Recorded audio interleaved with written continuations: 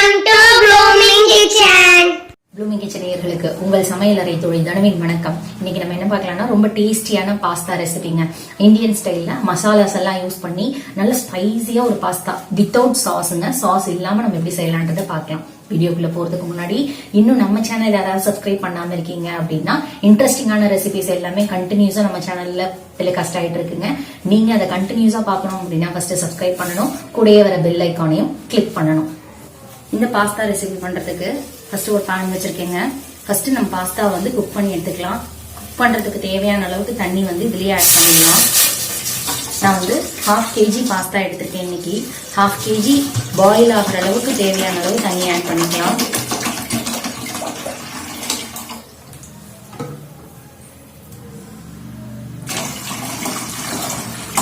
தண்ணி வந்து கிட்டத்தட்ட 2 லிட்டர் தண்ணி எடுத்திருக்கேன். தண்ணி நல்லா கொதிச்சு வரட்டும். தண்ணி வந்து நல்லா கொதிக்க ஆரம்பிக்குது. இந்த ஸ்டேஜ்ல நம்ம பாஸ்தாவுக்கு தேவையான அளவுக்கு உப்பு ஆட் பண்ணிடலாம். நான் வந்து 1/2 kg பாஸ்தா எடுத்திருக்கேன். அதுக்கு நான் ஒரு 2 டேபிள் ஸ்பூன் எடுத்திருக்கேன் சால்ட்டு.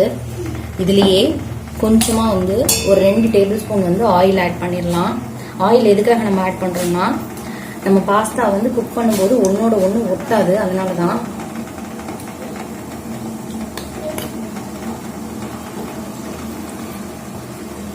சும்மா ஒரு 2 டேபிள் ஸ்பூன் போல ஆட் பண்ணா கூட போதும். தண்ணி நல்லா கொதிக்கட்டும். இந்த ஸ்டேஜ்ல நம்ம பாஸ்தாவை போட்டா கூட பாஸ்தா என்ன ஆயிடும் அப்படின்னா ஒன்னோட ஒண்ணு நல்லா மிக்ஸ் ஆயிடும். அப்படி நம்ம போடக்கூடாது. நல்ல தண்ணி கொதிக்கும் போது ஆட் பண்ணலாம். தண்ணி வந்து நல்லா கொதிக்க ஆரம்பிச்சிருச்சு. இந்த ஸ்டேஜ்ல நான் வந்து கோதுமை பாஸ்தா எடுத்திருக்கேன். கோதுமையில செஞ்சது. நீங்க மைதா கூட ஷாப்ஸ்ல கிடைக்குது. இது இல்லாம இன்னும் கிரைண்ட்ஸ்ல எல்லாம் கூட கிடைக்குது. நீங்க உங்களுக்கு தேவை எதுவோ நீங்க அதை வாங்கிக்கோங்க. 1/2 kg பாஸ்தா உள்ள ஆட் பண்ணிக்கலாம்.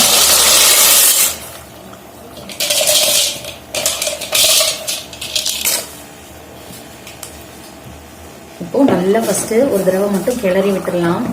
கிளறி விட்டு பாஸ்தாவை நல்லா குக் பண்ணி எடுத்துக்கலாம்.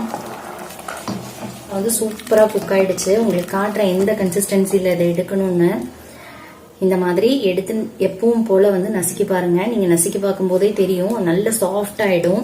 அதே மாதிரி ஒன்னோட ஒண்ணு ஒட்டவே இல்லை பாருங்க. அதே மாதிரியே நம்ம ட்ரைன் பண்ணி எடுத்துக்கலாம் ஒரு ஃபில்டர் யூஸ் பண்ணி. ஸ்டவ் ஆஃப் பண்ணிடுறேன்.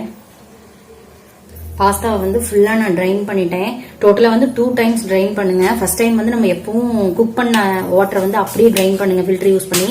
செகண்ட் டைம் வந்து ஒரு கோல்டு வாட்டரை யூஸ் பண்ணி மறுபடியும் இன்னொரு தடவை ஃபில்டர் பண்ணுங்க. அப்பதான் இந்த மாதிரி பாஸ்தா வந்து நல்ல உதிரி உதிரியா இருக்கும், ஒட்டாது ஒன்னோட ஒண்ணு. பாஸ்தாவை குக் பண்ணியாச்சு. இப்போ ஒரு பேன் வச்சிருக்கேன். பேன்ல வந்து ஒரு 4 ல இருந்து 5 டேபிள் ஸ்பூன் ஆயில் ஆட் பண்ணிக்கலாம். ஆயில் வந்து லைட்டா ஹீட் ஏறட்டும். ஆயில் நல்லா ஹீட் ஆயிடுச்சு. இந்த ஸ்டேஜ்ல ஒரு 1/2 டேபிள் ஸ்பூன் மட்டும் ஜீரா ஆட் பண்ணிக்கலாம். குட்டீஸ்க்கு நம்ம கொடுக்கும்போது டைஜஷனுக்கும் வந்து ஜீரா ஹெல்ப் பண்ணும். அதனாலதான் நான் ஜீரா ஆட் பண்றேன். அதே மாதிரி ஃபிளேவர்ஃபுல்லாவும் இருக்கும். நம்மளோட பாஸ்தா சூப்பரா இருக்கும். ஜீரா வந்து ஃப்ரை ஆகட்டும். ஜீரா வந்து நல்லா ஃப்ரை ஆயிட்டு இருக்கு. இந்த ஸ்டேஜ்ல ஒரே ஒரு சில்லி, நான் பெரிய சில்லியா எடுத்திருக்கேன். பச்சை மிளகா நீங்க சின்னதா இருந்தது அப்படின்னா 2 எடுத்துக்கோங்க. பெருசா இருந்ததுன்னா நான் ஒரே ஒரு பச்சை மிளகா எடுத்திருக்கேன். இதை வந்து இந்த மாதிரி 4ஆ கட் பண்ணி ஸ்லைஸ் பண்ணிருக்கேன். இதை ஆட் பண்ணிக்கலாம்.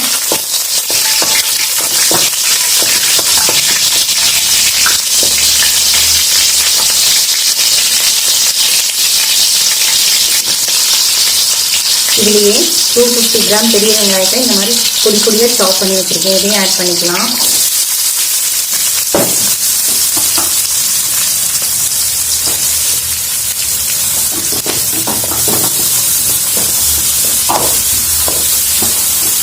வெங்காயம் வந்து நல்லா வெந்து வரட்டும்.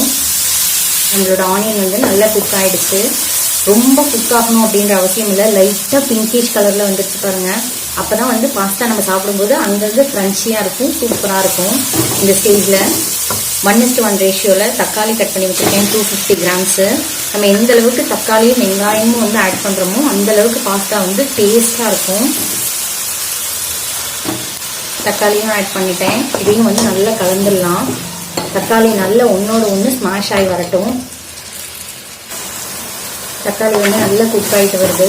இந்த ஸ்டேஜ்ல நம்ம ஆட் பண்ண வெங்காயம் தக்காளிக்கு தேவையான அளவுக்கு உப்பு ஆட் பண்ணிக்கலாம். நம்ம ஏற்கனவே வந்து பாஸ்தால சால்ட் ஆட் பண்ணியிருக்கோம். அதனால நீங்க பார்த்துக்கிட்டு ஆட் பண்ணிக்கோங்க உங்களோட டேஸ்ட்டுக்கு தகுந்த மாதிரி. இந்த ஸ்டேஜ்லயே உப்பு நம்ம ஆட் பண்ணிடுறதுனால சீக்கிரமா தக்காளியும் வந்து குக் ஆகிடும். குக் ஆகட்டும். தக்காளி வெங்காயம் நல்லா குக் ஆயிடுச்சு. ஒன்னோட ஒன்று நல்லா ஒட்டி ஸ்மாஷ் ஆகி வந்திருக்கு. இந்த ஸ்டேஜில் பாஸ்தாவுக்கு தேவையான அளவுக்கு இஞ்சி பூண்டு பேஸ்ட் ஆட் பண்ணிடலாம். நான் வந்து 2 டேபிள் ஸ்பூன் ஆட் பண்ணுறேன். ஆட் பண்ணிவிட்டு இஞ்சி பூண்டோட பச்சை வாசனை போகிற வரைக்கும் நல்லா வதக்கிடலாம்.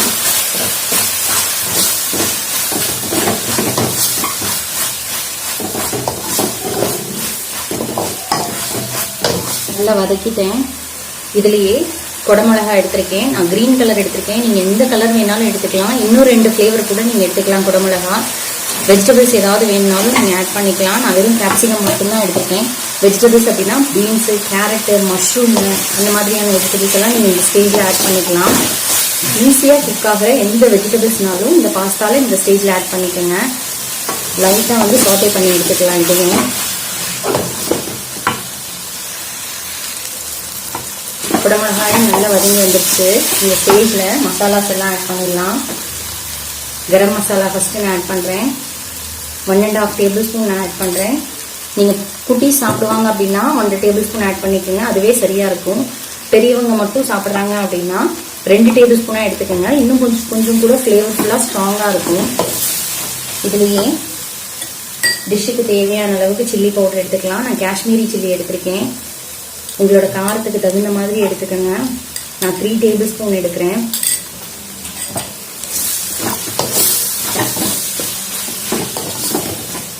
இப்போ மசாலாஸோட பச்சை வாசனை போகிற வரைக்கும் லைட்டாக சாட்டே பண்ணிடலாம்.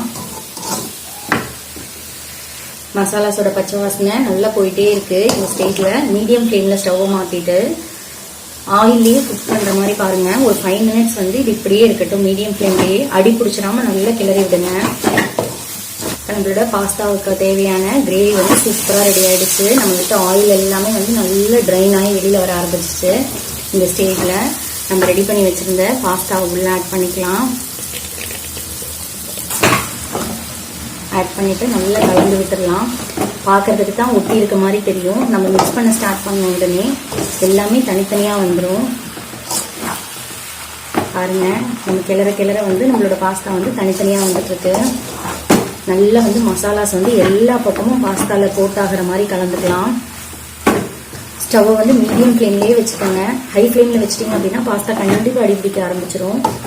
லோ ஃப்ளேமில் வச்சுட்டு நல்லா கலந்து விட்டுடலாம்.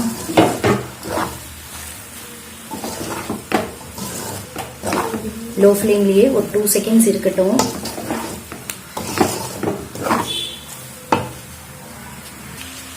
நம்மளோட பாஸ்தா வந்து கலர்ஃபுல்லாக இந்தியன் ஸ்டைலில் மசாலாஸோட ஸ்பைஸியாக ரெடி பண்ணியாச்சு.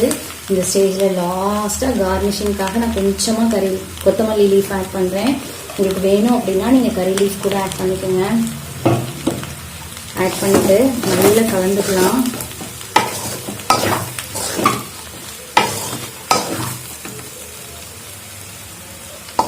டேஸ்டியான சூப்பரான ஸ்பைசியான நம்மளோட இந்தியன் ஸ்டைல்ல வித்தவுட் சாஸுங்க முக்கியமான விஷயம்.